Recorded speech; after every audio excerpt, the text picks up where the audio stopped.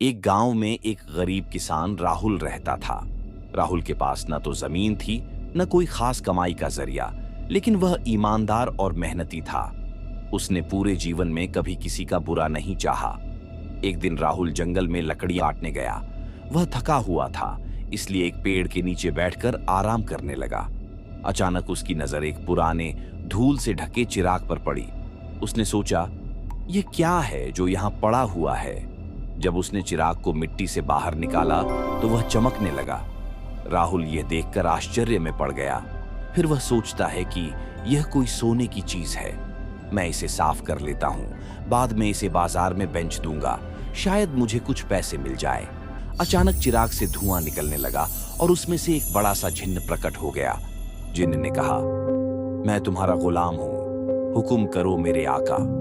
तुम जो चाहोगे मैं वही करूंगा। राहुल चौंक गया और उसके मन में कई सवाल उठने लगे। क्या वह इस पर भरोसा कर सकता था? क्या वह इस जादुई ताकत का सही इस्तेमाल कर पाएगा?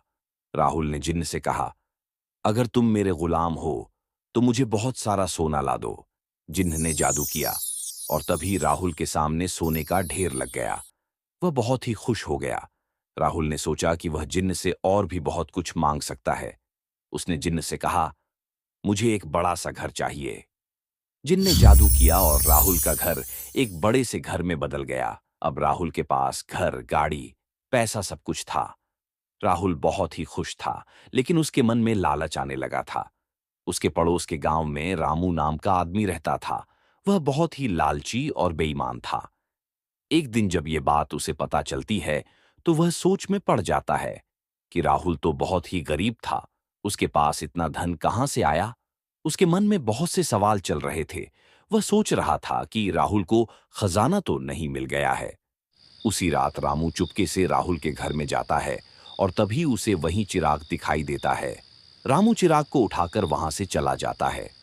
अगले दिन जब राहुल उठता है तो उसे वो चिराग कहीं दिखाई नहीं देता है। वह चिराग को ढूंढने की बहुत कोशिश करता है, लेकिन चिराग उसे नहीं मिलता। वह बहुत ही दुखी हो जाता है। वह एक पेड़ के पास बैठा होता है, तभी उसे एक साधु दिखाई देते हैं। साधु राहुल के पास आता है। वह राहुल से उसके दुख का कारण पूछता है। राहुल के साथ जो भी हुआ होता है वह सारी बात साधु को बताता है। साधु सब कुछ समझ जाता है और राहुल से कहता है, बेटा, तुम बहुत ही ईमानदार थे, लेकिन उस चिराग के मिलने के बाद तुम्हारे मन में लालच ने जगह ले ली थी। एक बात हमेशा याद रखना, हमें सदैव अपनी मेहनत और ईमानदारी पे विश्वास रखना चाहिए। राहुल को सारी बात समझ में आ जाती है। वह कहता है, मुझसे बहुत बड़ी गलती हो गई है। अब मुझे समझ में आ गया कि हमें हमेशा ईमानदार और मेहनती होना चाहिए और किसी जादुई शक्ति के सहारे नहीं रहना चाहिए।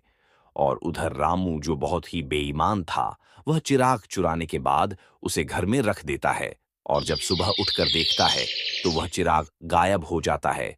उसे भी समझ में आ जाता है कि हमें अपनी मेहनत पर विश्वास रखना चाहिए।